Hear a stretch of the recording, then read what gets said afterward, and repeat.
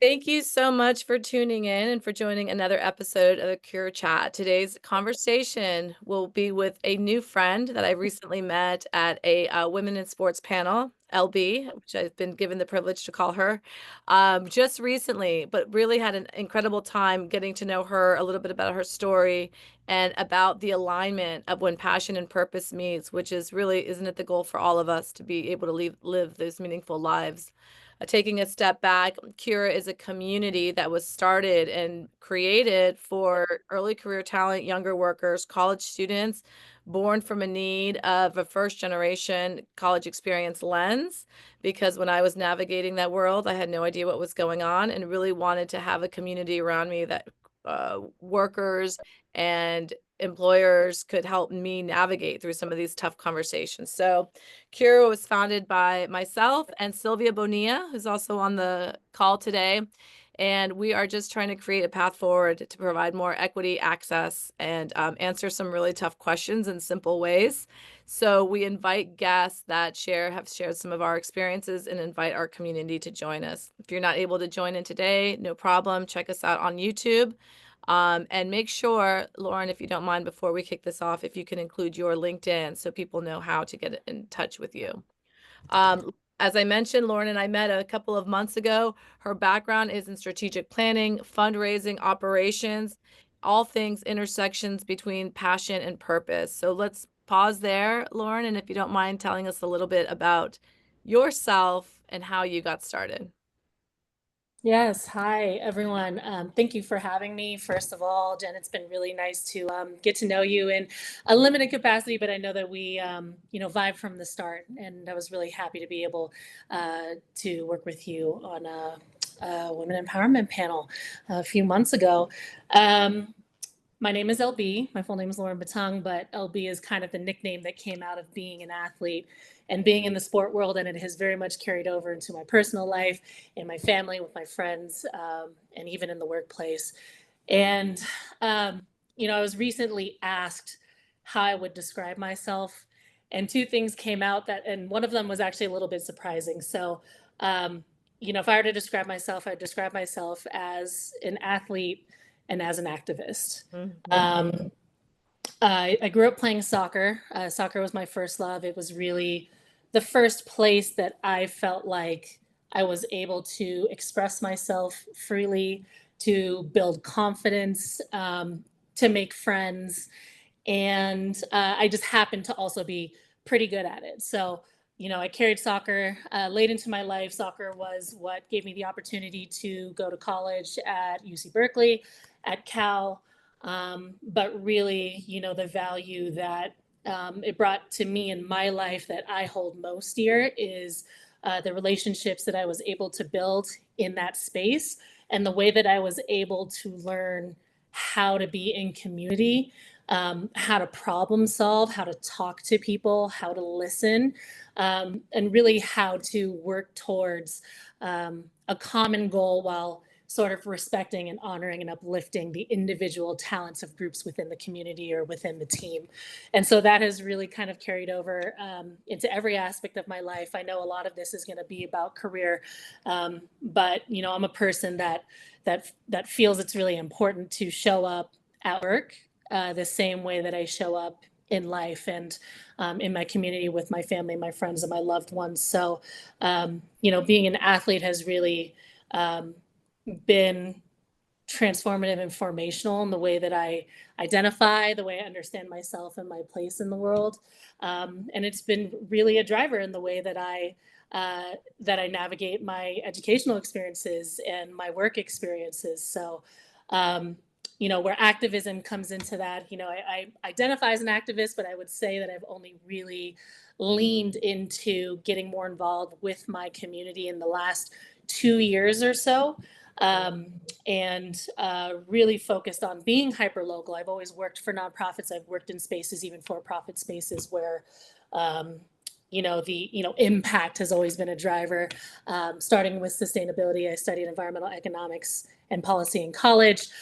Shifting later in my career to gender equity lens, and then ending up back in sport. and carrying kind of all of those things together through and within the vehicle and the platform of sport for empowerment. So, um, yeah, I think I can't really separate my activism and my, love for social justice and passion for social justice, especially as, things change in our world and we're in a very, interesting moment in our current political, social, economic reality that makes that even more evident. And so, even as I work in sports and work with kids, I always have to remember that no matter what the work is that you're doing, if I'm giving soccer, if I'm coaching soccer, right, I'm coaching human beings, and human beings have full, total, holistic experiences. That have to do with their identities and where their families come from and how they identify. So to me, it's inseparable. Sort of that love for social justice and real commitment to equity when it comes to all of the categories of race and Mm, ethnicity and gender identity and sexual orientation um, and religious identity, et cetera. That has to be part of the work that I do in the nonprofit space.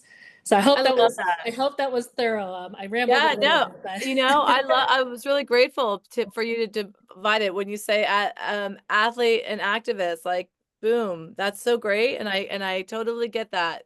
Let me ask you this and take you back a little bit before all of this.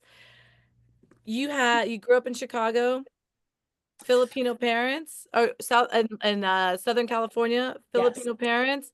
yes, Did they push you into getting into soccer, or did you ask them to play soccer? Because Latino parents on this side, it was sort of the thing for me to do at 6 years old. So I'm just curious how it was for you, yeah. conversation.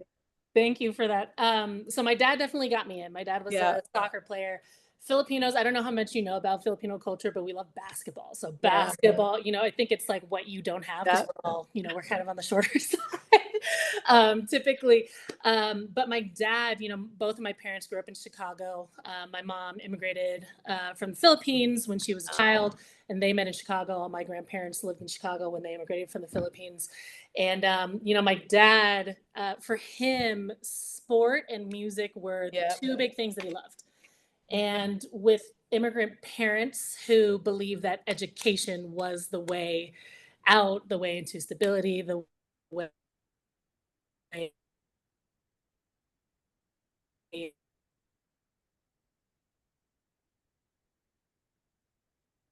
well, I'm gonna pause for a second because I yeah. think Thanks.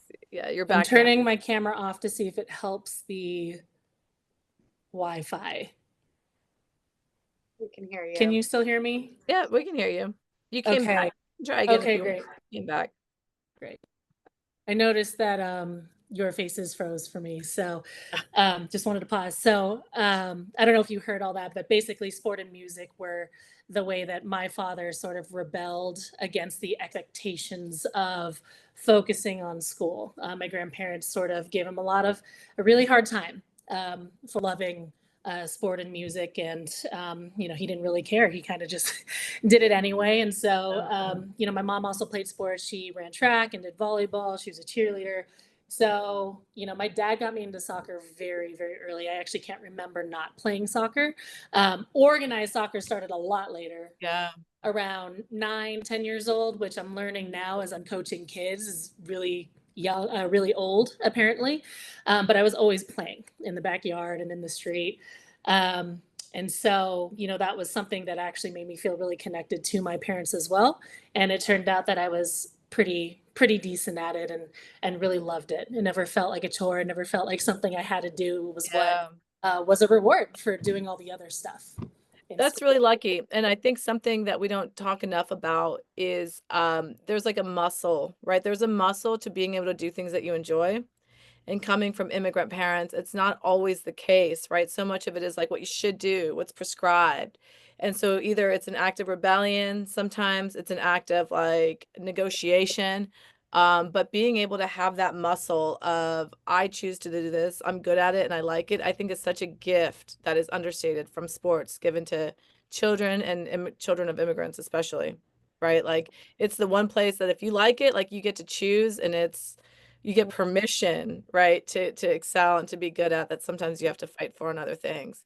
That's Definitely. always sort of my question, right? Is it's sometimes can be a privilege to pursue passion, right? It can be a privilege to pursue activism in our cultures, right? How did you decide? What did you decide first? Like this intersection of passion and purpose. What came first for you when you started getting into and curious about things in college? Yeah, I'll take a step back and talk about sort of what my experience was like being a soccer player and being a student growing up and sort of desiring more as a full human being. I was always good at soccer. I was always good in school.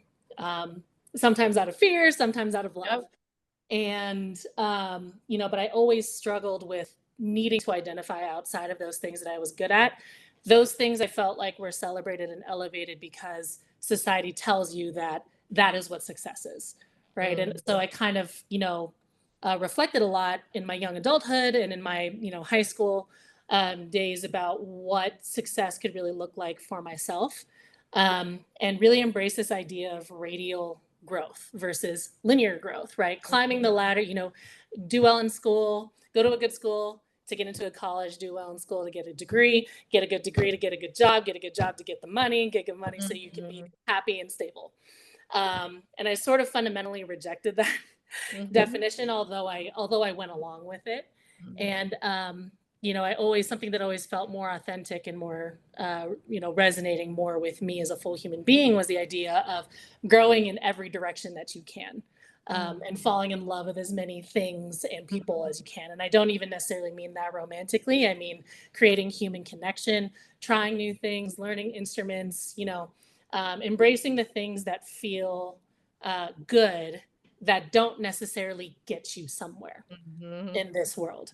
Um, so that being said, my parents did a lot to give me a life of privilege. My mom didn't graduate college. Her father died young. She had 8 younger siblings, so she had to take care of them. She came over at a young age. She had to, navigate different kinds of challenges when she was growing up in school. And so what that manifested as was I'm going to do everything to make sure you go to the best school. I'll send you to a private mhm. school. I was lucky enough to get financial aid both in school and in soccer, and that allowed me to get into UC Berkeley. And it kind of just goes from there. Once you Wow. get to that point and you're in that high quality of an institution, it's really just about making the connections and being present and showing up and having goals, setting goals for yourself. So I had the privilege for sure to be a little bit more like what is important to me. Mhm, I want to focus on impact driven missions. So I did end up getting into the space of sustainability first initially through the for-profit space, but almost immediately within 5 years shifting over to a nonprofit focus and have kind of been in that world ever mhm. since then. So, Can you tell us a little bit about that? Like, talk to us a little bit about the pros and the cons, right? Like, there's both sides to both of them. the pros and the cons of being in the nonprofit Yeah. space. Mhm. Yeah, I mean, I will be very honest. Something that I struggled with in college that I actually had a lot of opportunities to learn about is the nonprofit industrial complex, right? Which Mhm. is, it can take a critical lens of the nonprofit space in the sense that nonprofits and tax exempt organizations have only been around for 100 years, and in some ways, you could argue that it's a way for wealthy people to evade taxes and not really be thoughtful about the ways that they're giving the money. They can just say they're giving the Mhm. money and feel good about themselves, but what does the impact really Mhm. look like? There's also, criticism of, there being present the posture of saviorism. I'm going to come and help people without, asking them what they really want and need, or centering the voices of the people that you are working with or serving. So I've definitely witnessed different extents of that. But I do think that uh, there are people in the nonprofit space who are doing things the right way. And at the end of the day, this is something that exists. It communicates with government entities. It communicates with for-profit entities, it communicates with money and funding and donor advised funds. So it's all connected, it's all real. And so, it's been really important for me in a learning process to learn how to interrogate the spaces that I'm entering, to ask the Mhm. right questions and to understand not just intent, but impact. Mhm. Because at the end of the day, impact is what is real and it's more important than what you intend to do. So, I've moved through a couple organizations and some projects where, some people have been good at centering the right voices and doing the hard work and the uncomfortable work of what is needed to really serve and work with the communities in solidarity. There's a phrase in the movement space that's solidarity, not charity. Because Mhm. people have autonomy and we should be centering people's autonomy and agency versus a top down, let me tell you what you need. Mhm. So I feel like each time I move on Good. from one other thing to another thing, I'm kind of learning how to interrogate that a little bit better. That's good. I appreciate that framework and what you approach it. Do you have an example of like what's a great project where you saw the private sector, the public sector come together that did it right? Yeah.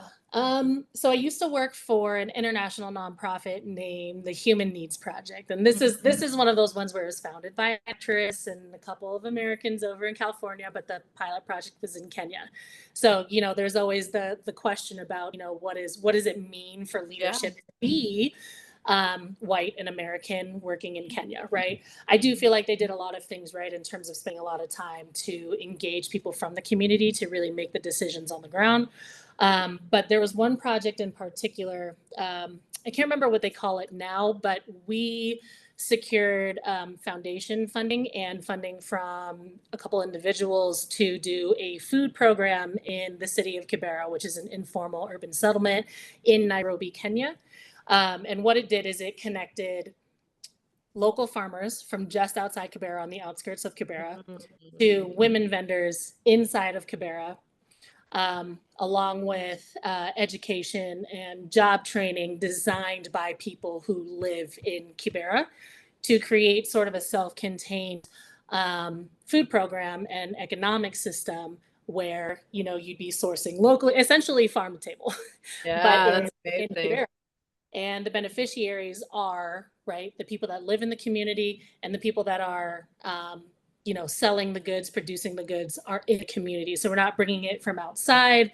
We're not utilizing knowledge that worked in Nevada to bring it into Nairobi, but it was all local knowledge. And I think we also with the UN World Food Program as well in terms of funding, but creating that sort of closed ecosystem where all of the benefits, the funding, the economic activity, the healthy food benefits kind of just started and ended Wow. in that community. So that was one that I felt really proud of personally, and I Yeah. also felt was like a good use of funds from wealthy individuals, from large foundations, where they sort of gave the community and the leadership in Kenya the authority, the decision making authority to Yeah. design what will work for them. And it's Hmm. still present, still working today, operating today, and they've expanded well beyond when I first got it started a few years ago. So very proud of that. That's a really good example. Sylvia had a question. Sylvia? Yes. Yes, I love what you said about, well, I have a couple questions. One is finding the right nonprofit to align with when you're looking at work opportunities. So a lot of our audience members are very kind of passion driven, purpose driven, and they want to find the right thing for them. And I love what you said. There's some really meaningful questions that we need to be asking ourselves. And how do we know? So Hmm. what advice would you give our audience who's maybe getting started as they're exploring the nonprofit space? What do they need? Where do they begin? What questions can they ask themselves to evaluate? That's a good question. I kind of think that the way that I feel like I've shown up best in the nonprofit space is by reflecting on the things that I can bring my experiences to, what my real lived experiences, and what feels hyper local to me. So I've been using this word a lot more recently of hyper local because I think when people think about impact, they think about big, and they Hmm. think about scale, and sometimes big can be small. Big can be starting in your own backyard, starting with yourself. So I think some of the questions you want to ask yourself is, what shaped you? What Mm, inspired you when you were growing up? Where did you feel confident? What kinds of people were you around that made you feel supported and inspired and, helped shift your worldview to others, even being yourself? The second thing I would ask is, when I look at an organization, do they embody the values that they project externally to the world, internally to how they operate as an organization, how they treat their people, how they navigate conflict, how they address, issues that they claim to address with funding internally with their own staff. So I think to me that's one of the biggest ones. I've definitely had some experiences where, say, we're serving, a certain population of women and girls, and then internally maybe we're not taking care of our workers who are all women and girls, women and young adults, the way that we want to take care of other women outside of the organization or the entity. I'm trying to be vague. So I think, those are two really important questions. And then the other one is just, what can you bring to the table and what do you enjoy? Right. Mm-hmm. Have confidence in your strengths. That's where the fit is, and feel really confident about, um, you know, what your experiences, what skills your experiences have given you, and let that be the driver of the fit that you look for. Don't try to fit yourself into an organization just because it might feel good, it might be good for your ego, it might look like a good Right. status booster, right? Where do you really fit in terms of where your strengths are? Because there will be other people that have other strengths that you can lean on so that you can build together and work towards your mission together. that is powerful. Thank you so much, Lauren. Love Yeah, that. super helpful. And I just want to pause. Lupe really was one of the first people I thought of when I invited you to speak here because he's also in the space of partnerships that he's been pursuing. So just want to pause to see if Lupe, you have any questions for Lauren. Yeah, thanks, Jen. So one of the questions that I have for you is how do you go about seeking to build new relationships with major donors? I understand that you work with foundations. Really, I'm looking towards that strategy, thinking of, okay, I don't have a relationship with this person yet. How do I go about building that process and building trust with them? I've always been curious about starting something from scratch, all the way from cultivation to actually coming up with the execution of something. I'd just be curious to hear from your experience on that. Sure. And first of all, I just want to say I love your Barcelona jersey. That was my favorite team growing up. I hope it Um, still is. it definitely is. Definitely is my favorite men's team. Um, that's a great question. I think it's actually quite a simple answer. Is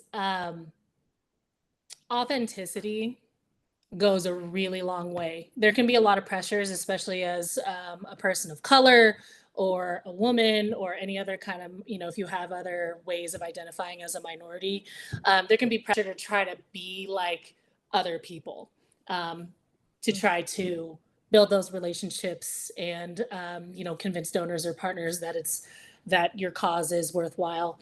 But I think what people respond to the most is passion and authenticity and being human. So my style is always, how can I connect with this person I'm speaking to on a human level outside of the work, outside of the ask that we're going to end up at the end of the conversation, right? I'm sitting here with you face to face and I'm talking to you as a human being. And just finding that bridge, identify one or two things that you can align on outside of the work. And that really melts away a lot of the other pressures that would come with a conversation that is going to end with an ask for money, even if it's not that specific conversation or if it's a conversation down the line. But yeah, just be human, be yourself, be authentic, share your experiences, and make your passion really let it come through. And then I think, the other part of it is sort of just using your gut and your interpersonal skills of A lot of it is feeling it out. Are they ready for the ask? What kinds of things do they actually want to talk about right now? Because some people, just want to get it out of the way. Hey, yeah, really nice to meet you. What do you need from me? I'm already down with your cause. Some people want to be courted, right? Some people just want time to better understand what you're doing, what you're offering. Um, and so you kind of have to feel it out, go with your gut. Don't rush. And I know that's really hard to say in a world of fundraising and partnership building when everyone's on a timeline, everyone needs funding to sustain their mission. But patience in the right moment in the short term can be very fruitful in the long term. Yeah, I mean, I think I'll just leave it at that. I mean, there's other, ways to ask questions and stuff, but I think that you really need to develop your own voice. Don't try to imitate other people. Just trust who you are and what you've been through and bring that into those conversations. Thank you for the Lauren, answer. Appreciate Lauren, and how do you start that from the beginning? Like once you have those relationships, I see what you're saying, right? It's easier to get a feel, see what kind of style they react to. But if you're just getting started and you don't know anybody, how did you start with some of those relationships? And what's the online experience versus in person? Like, where do you even go to those events to cultivate those like major corporations or partnerships? Yeah. No, that's definitely a very important part of the question. Um, so, I mean, I think that I've been very fortunate in starting in college where Hmm. actually to the detriment of my own grades in class, I actually skipped out on class and went to a lot of talks and That's seminars. And I interesting. was encouraged to do this by a mentor that I happened to build a relationship with on accident. And he encouraged me to show up in spaces that might even not feel like a space that you're supposed to be in yet. And so I would just show up and I'd listen and I'd say hi. And most of the time, people would be like, yeah, like, here's my card, come reach out to me. So I think face to face, as much as you can get face to face, I know we're so virtual these days. Face to face and meeting people through other folks that you have met, networking. Jen and I met and built a working relationship through a networking event. Um, is definitely a skill, and it can feel scary, but you got to put yourself out there. So I think there's a lot of the digital tools that are available, and AI tools online, and research skills are very important. If you say you don't have anyone in your life that can introduce you to someone, which is a lot of people, finding events. If you see, if you go to a cultural event and there's something that you like or something that you resonate with in your neighborhood, go and look up their website, see who they get funding from, see who they've partnered with, and just reach out to them on LinkedIn, shoot them an email, say, hey, you can request informational calls, you can request informational conversations, and a lot of times people will take those up. So, it's kind of a process. It's like a really steep learning curve at the beginning, and then it sort of just builds its own momentum once you get over that initial hump of putting yourself out there and asking a lot of questions and showing up at events. So, I always am a proponent of finding events where people are talking about an issue that you're passionate about, panels or otherwise, a lot of concert venues will also hold, speaking engagements, and just look at their look at their calendars, and see what's out there. So that's kind of how I've done a little bit. I am also very fortunate, admittedly, to have run into by accident some people that have sort of exponentially expanded my network through introduction. Um, but yeah. I That's love good. about the space, you just show up, and even though it's not your space yet or the right space yet. So the idea of just let's see, like being open to possibility, being open, staying curious, connecting with people, you never really know. I think that's so cool. One of the questions that I had kind of related to this is I love what you said earlier about radial growth versus linear growth. And I think it's so counterintuitive, and so many of us struggle with that because we think we need to get really good at that one thing or be really passionate about the one thing to succeed or to break through and to grow. And the reality is, early on, you're really kind of feeling things out. You're looking all around and exploring these different spaces. What advice do you have to get people to kind of break out of that thinking and just start. You know, networking is one great example, but what other ways can you build radial growth in that mindset? Yeah. So I feel like I can answer this in two ways. Number one, you have to make space and time for the Mhm. stuff that doesn't make you money. You Ah, just have to. It's hard because this society doesn't really allow us to do that. But really evaluate where you're at. Um, you have to get your basic needs met, and your basic needs require money, but make time to also do nothing, but to explore your other passions. And so that's what I mean when I talk about going to cultural events. I didn't say go to a networking event, go and Mhm. explore what's around you. I mean, we live, I don't know, I actually am not sure where you live, Lupe, but in the Bay Area, in the East Bay where I live, there's stuff every day, everywhere, where you can learn and meet people. And I think a lot of people do hyper specialize too early and have this image in their mind of, this is what I study, this is where I'm going to spend my time, these are the kinds of things I'm going to pursue. But trying new things early on, it will surprise you what you stumble upon, the people that you meet, and then the people that you meet, who they know. Like, they might be a teacher, but they might know the president of a foundation, right? The CEO of a foundation. Um, so, I think that's a huge piece of advice, is don't hyper specialize. Try a lot of different things. Go out, get out in your community, and meet people in your community, because you literally do not know what people do, have done, who they know, who they can introduce you to. Um, so that's the first part. And then, sorry, can you repeat the last part of your question one more time? I was trying to keep track of it, just but what advice just to kind of build that mindset. So I love that. That's uh, very practical. Like get out, yes, community, interests, things that don't make you money, because I think that's a little counterintuitive too. yeah. I mean, I've met people at concerts. Mhm. Yeah, So I guess I did kind of answer that question in terms of making space for the stuff that you're passionate about and doesn't Mhm. make you money will lead back in to the other Mhm. stuff. It'll lead you back into your career. And I think even more important, you'll meet people that might stay in your life that you wouldn't have otherwise met or been exposed to had you not tried something new and gotten out of your comfort zone. right. I love that. And it's such an opportunity for what you said earlier about authenticity.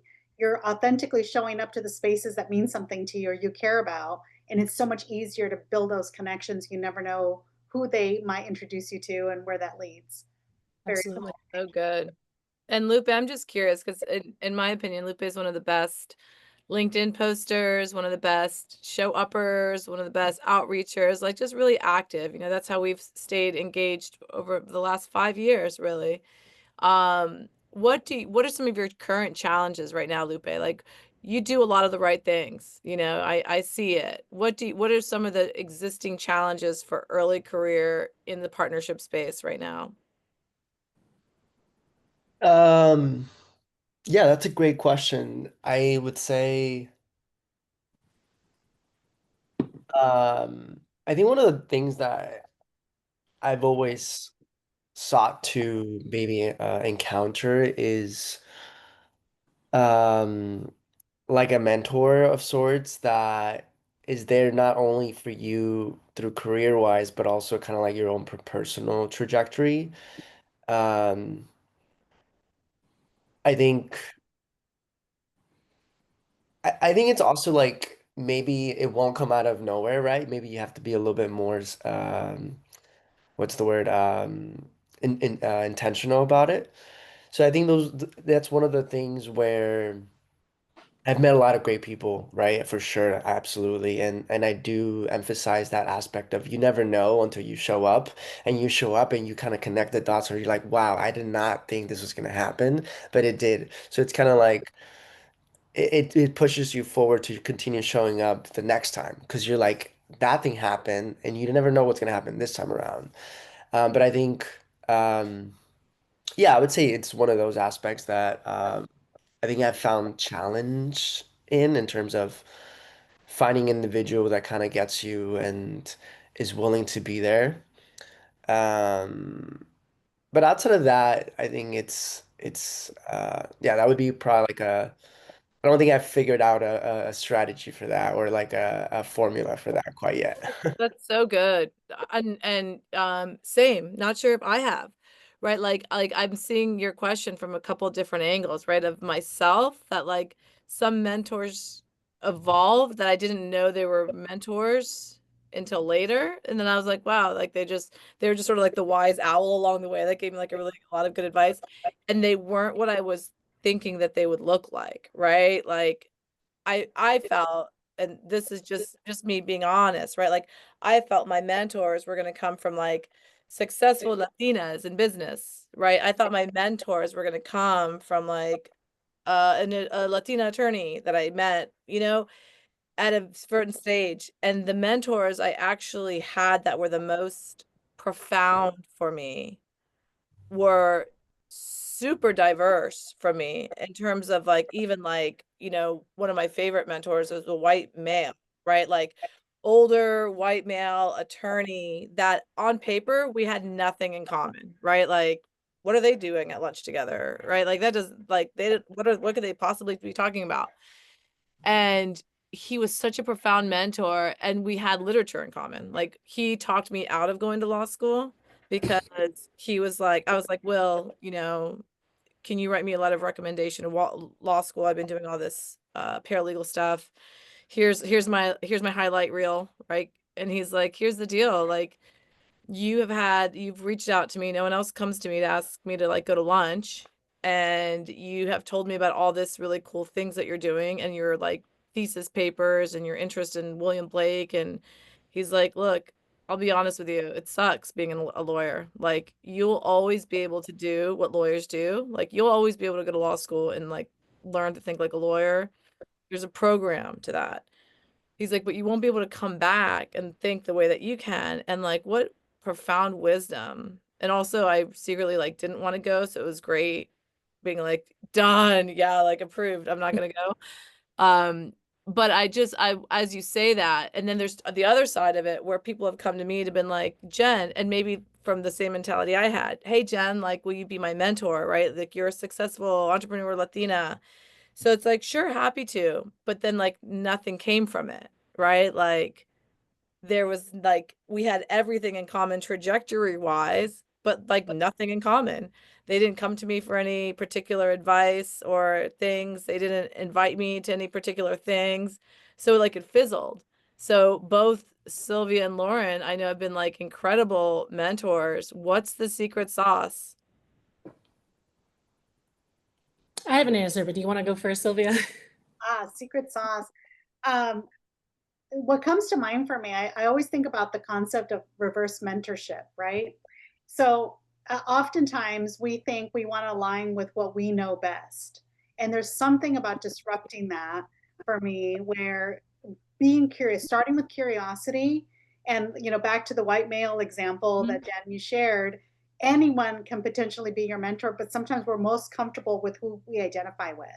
Nothing wrong with that, but what happens when we diversify our thoughts and our circles and just be curious? That's it. No expectations. And then next thing you know, you have the same favorite appetizer on the menu, and that starts something like you just don't know.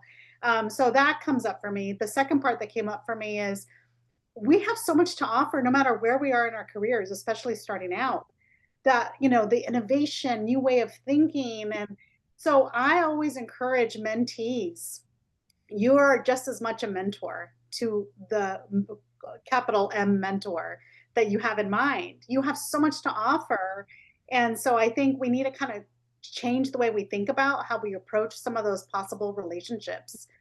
They really are two-way. And so we need to change the way we show up. Say, how can I help you? Oh, you're working on a new product. I'm happy to take a look at it for you. And I can give you, this angle or share this lens. And so I think we just need to be a little bit more bold in how we show up when we're expecting, because we play small sometimes. We think, oh, you have so much to offer, you have all this experience, and we limit ourselves by thinking that way. So rather than doing that, what if we said, hey, I'm really curious about your long career. That's amazing. And I also am kind of seeing things a little differently. Like there's a lot of disruption here. Can we talk about that? Let's just have a conversation. And so I think we need to just practice approaching things a little differently, with more curiosity, and see where that goes. Curiosity and also like diversity of people and thought and spaces and all of that. I'm so happy you brought that up, Sylvia, because I was going to do this whole like metaphor about a team and coaching a team. But something that I do tell the parents of the kids that I coach is that, part of my coaching philosophy is that coaching is a two-way street. I truly believe that I can learn as much from the kids that I coach as they can learn from me, so that we're evolving together. And I do think that that's a very essential part of redefining our conception of mentorship, which is usually someone that's older, someone that's more successful in the linear fashion, someone that's more experienced. And I fully agree with you that diversity is very important, both diversity of lived experience as a human being and diversity of the type of work that someone has done. I too, I feel more comfortable with certain kinds of people who bring a lot of value and mentor me in certain ways. But I also, one of my first mentors was an older white man that I met, canvassing for the ACLU in the summer after my freshman year in college. And he just brought me into all of these projects and all these meeting spaces. And he's the one that told me, just show up. That's half the battle. Show up, put yourself in spaces you think you're not supposed to be in yet. And then, admittedly, we are still friends, but I outgrew him and my needs changed. And what I was looking for out of mentor relationships changed. And so, I've had women and men of all shapes, sizes, walks of life, identities, and they have all been valuable to my journey.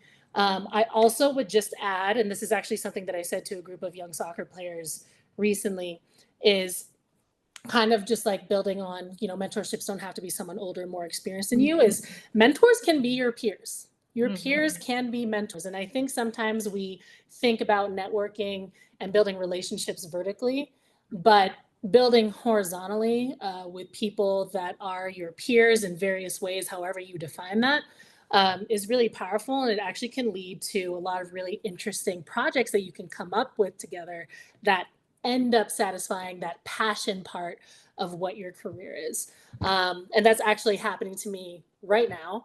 Is I'm actually, starting to put something together with not only my wife, but one of my best friends that comes from our experiences as soccer players, as coaches, as people that work in the youth sports space, and coupling it with everything that I've learned and all of the different things that I've done.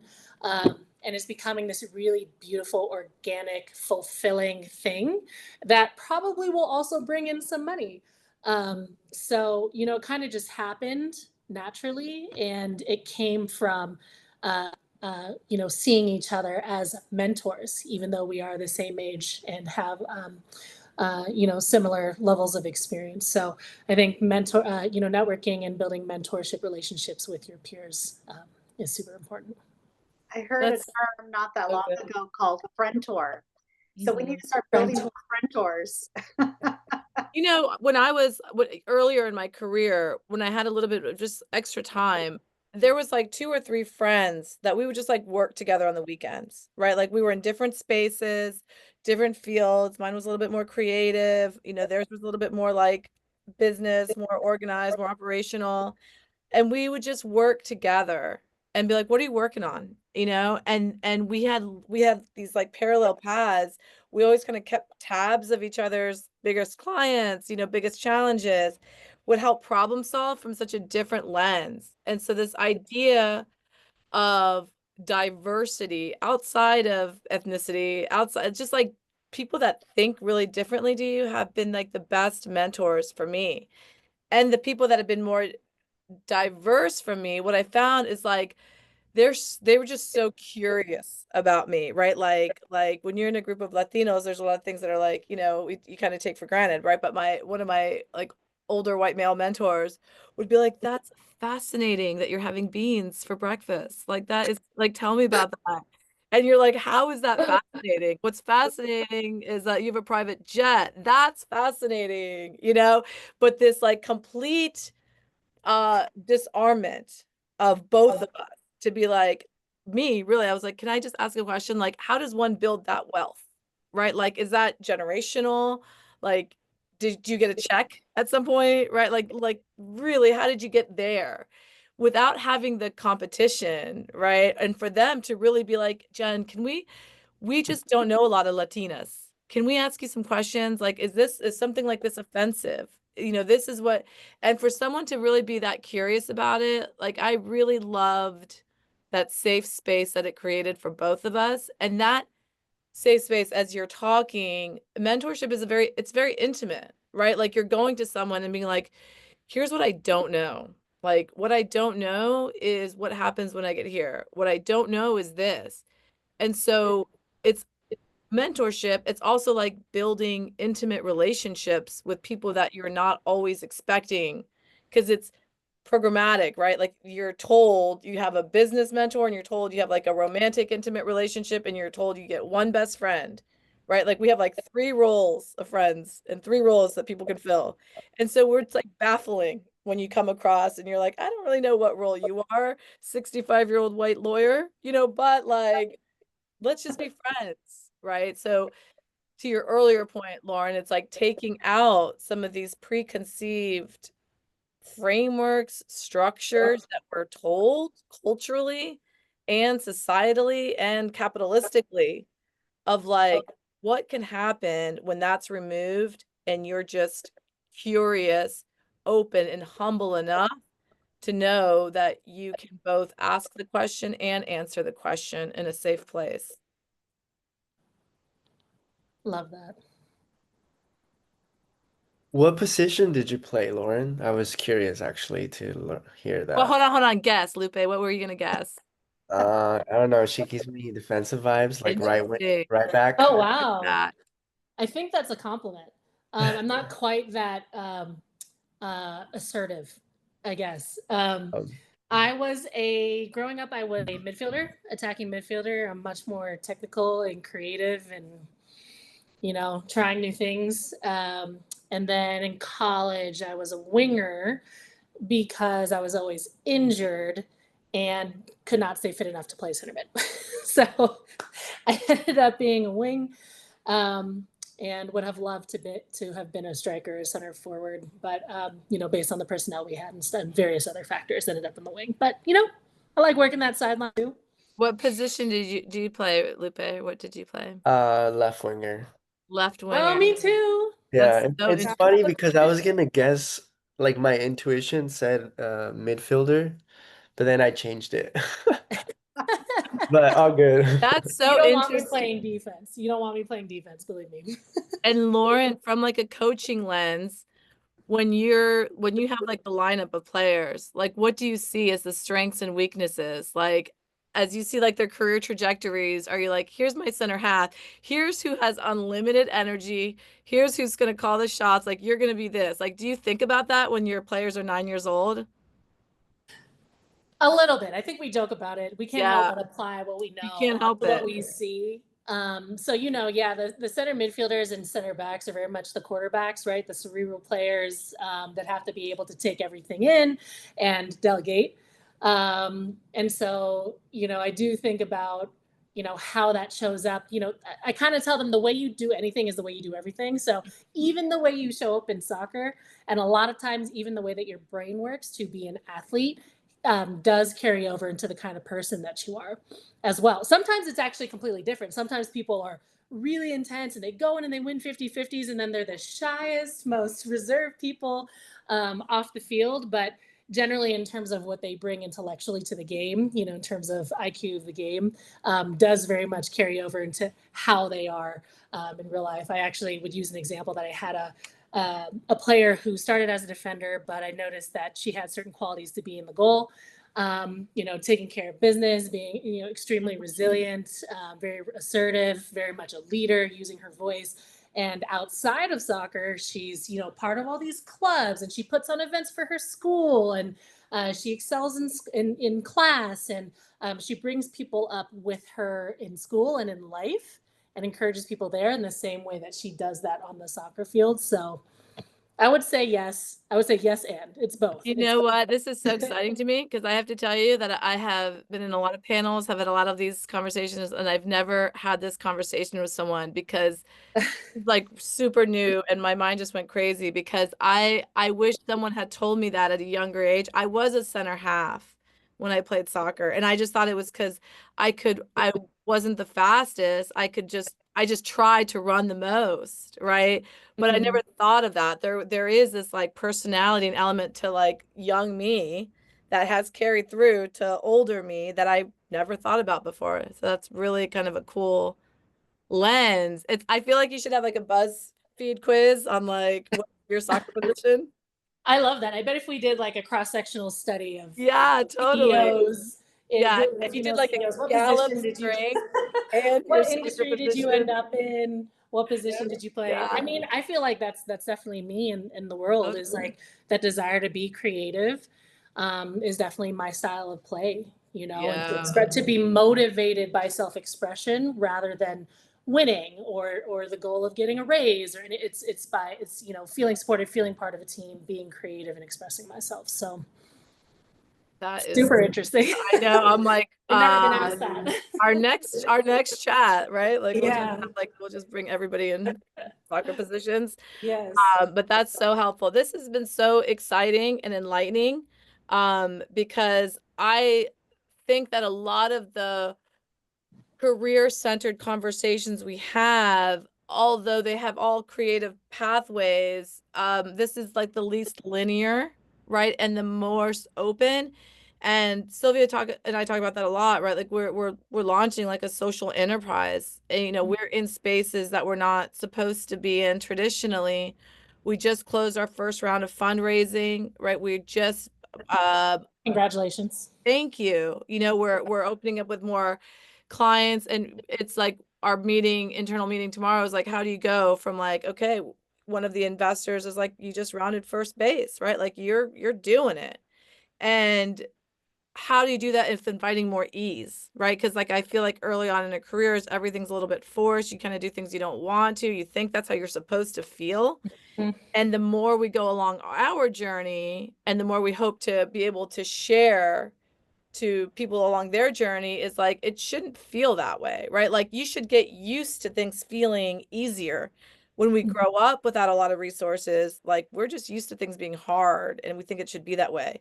But when you get to know the real you, your real strengths, like things should start feeling a little bit easier if you're in the right direction. Not to say you just still don't work really hard, but it feels different to work hard in something you're good at and with people you like than it is to work hard in places where like you don't even really want to be in, you just think you need to be in, you know? So, Definitely. so what your conversation has really reminded me a lot of is like that pathway, sure, to passion and purpose, but also that journey to finding ease and meaning in your career for the long haul. And I'm Yeah. hoping people like Lupe and other people in our community get to hear that message more often because it's like sometimes we're just told, especially with immigrant parents, like just work hard, work hard, work hard.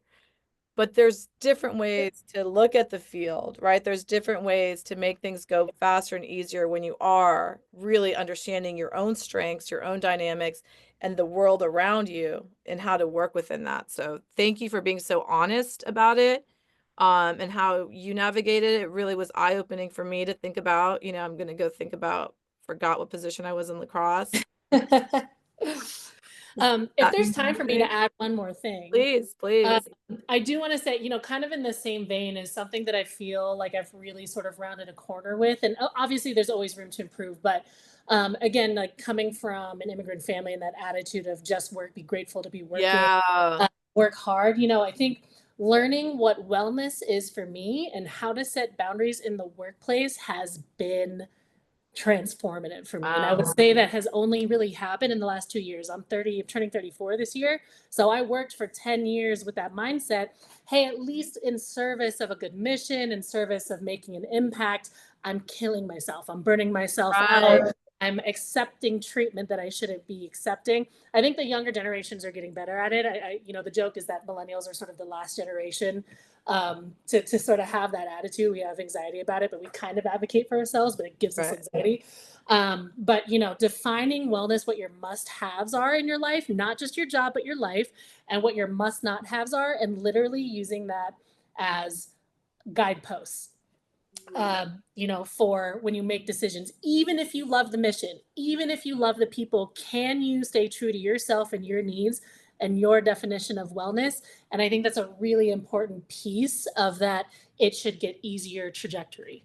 So I just wanted to make sure I said that because that's something that I feel like I'm really coming out on the other side of right now, and will continue to learn and work on. That's really powerful. Lupe, what is that like? What have you experienced in the workplace? Like, have you been able to stay true to some of those boundaries? Do you only work for people that don't serve carbs, or do you look? I'm just teasing him because he's so good on his diet. Uh, I try to be to make me feel better, but I think it's a great like the concept of having your kind of like your grounding habits that make you feel good outside of work will likely make you feel good during mm, work as well. And honoring that, right? I think for me, sometimes I like to say yes to a lot of things, and then I realized it when one of my colleagues left. I was kind of being put in two roles. I was doing kind of two roles at the same time. And it kind of dawned on me one time when a lot of people were just coming to me, where I was like, whoa, this is overwhelming. And usually I would not do work outside of the working hours. However, I still had that overwhelm because of that kind of like it was a realization where like, whoa, this is too much. I don't want to feel overwhelmed even after work. Because usually, I would leave the work behind. But that time was like, you know what, I should probably ask for help with my manager and say, hey, I'm doing a little too much right now. So that was one thing that came to my mind when you were talking about that. Good for you. That's impressive to have that understanding early on in your career. And Lauren's a baller. She knows a lot of people in a lot of places in this partnership space. Lupe, I encourage you to take a closer look at her LinkedIn, take a closer look at what, think you want to do next and stay in touch because I was really grateful and honored to meet Lauren. I also wanted to say that just one thing that Lauren is really good at that I noticed was she's very present and very complimentary, right? And so I was a panelist and there was a couple people, right? And most people come after and they're like, "Hey, good job," right? That's sort of where it stops. It's like, "Hey, good job." And that feels nice to be a panelist and get the recognition. But Lauren was really great at being like, "Hey, these were the three things that you said that really vibed with me." Like, she's like, "I was doing this when you said a couple things. This is what my energy is. This is what matches your energy." And that really resonated with me, right? And so as you're going out there and stuff, there's a lot of stuff to do to like prepare for these events and prepare and look everything up and have notes on everybody. But there's something to be said that really drew me to Lauren and the way that she was being present, super present. I saw her watching all the panelists and being able to take that back really helped build some of the relationships. So I know you're really great at networking and preparing for stuff, but also like invitation to have lessons like Lauren and just being the art of being present in real life is powerful, memorable. that's really good feedback for me too, Jen. I really appreciate you calling Yeah. that out. Yeah, I think celebrating people is really important in building relationships. Celebrating people. Yeah, I love that. Me and my son do it all the time. We're like, "Love your Selena shirt." We're like, "Love your green nail polish." He's like, "Mom, you should tell her that." He's like, "You didn't tell her that you loved her green nail polish." I'm like, "All right, I'll be right back." Because like you never know who you're gonna meet, and it's like not about that, right? It's just the art of being present and the art of like human connection that like, you know, permission to just play around a little bit. Like we do that really well as kids, and then we get private, we get nervous, we get awkward. We stop doing that in high school because it's too vulnerable. And then like as adults, it's like, well, permission to do that again and be like, hey, great earrings, you know, like what can come wrong from saying something like that and being present in the moment. So thank you, Lauren, for your insights, for your wisdom. I imagine we're just gonna book another session when you tell us what you're launching. Lupe will be Yeah. our co-host, and I feel like he's getting a job doing something with policy impact in sports with you anyway. So Love it. Well, I just sent in the chat my email. My LinkedIn is already in there. Admittedly, I am not as good at LinkedIn as I should be, so I should learn from you, Lupe. Uh, but I will respond via email. So feel free anytime to reach out. I've done a lot of different things in a lot of different spaces, a lot of different people. So I'm not sure exactly what you're working on right now, but just hit me up, ask me questions. I'd love to help you however I can. Yeah, for sure. Thank you. I was just gonna say like what Jen was saying. I think it also like emphasizes what you mentioned about authenticity. It's not, I think it's the presence that allows you to be authentic as well, and not really trying to get anything out of it, but just like expressing that, right? And you're able to do that through that presence that Jen talked about. I'm assuming, right? Which it just translates to what you presented yourself with today. So, anywho, just wanted to say that. Lupe, as you say that, it comes to mind that it's like confidence, right? Like there was a confidence when Lauren came up to me to be like, hey, these are the three things. Like she confidently said that, witnessed it. There was not like, well, kind of. It was like, hey, this is this, and this were great, you know? So I like that. I think we're always wondering like tactical ways to build confidence. And I feel like a good takeaway for all of us is to like be more present, be more vocal about what we see and feel in that presence, and practice saying it to have that confidence, I think goes a long way. So I love the tactical things that we get to learn and walk away from these chats. So thank you so much, Lauren. And Lupe, thanks for showing up and being part of this conversation. Yeah, for sure. Thank you. See you later. Thank you so much. You. Thanks, Lauren. We'll talk to you Take later. care.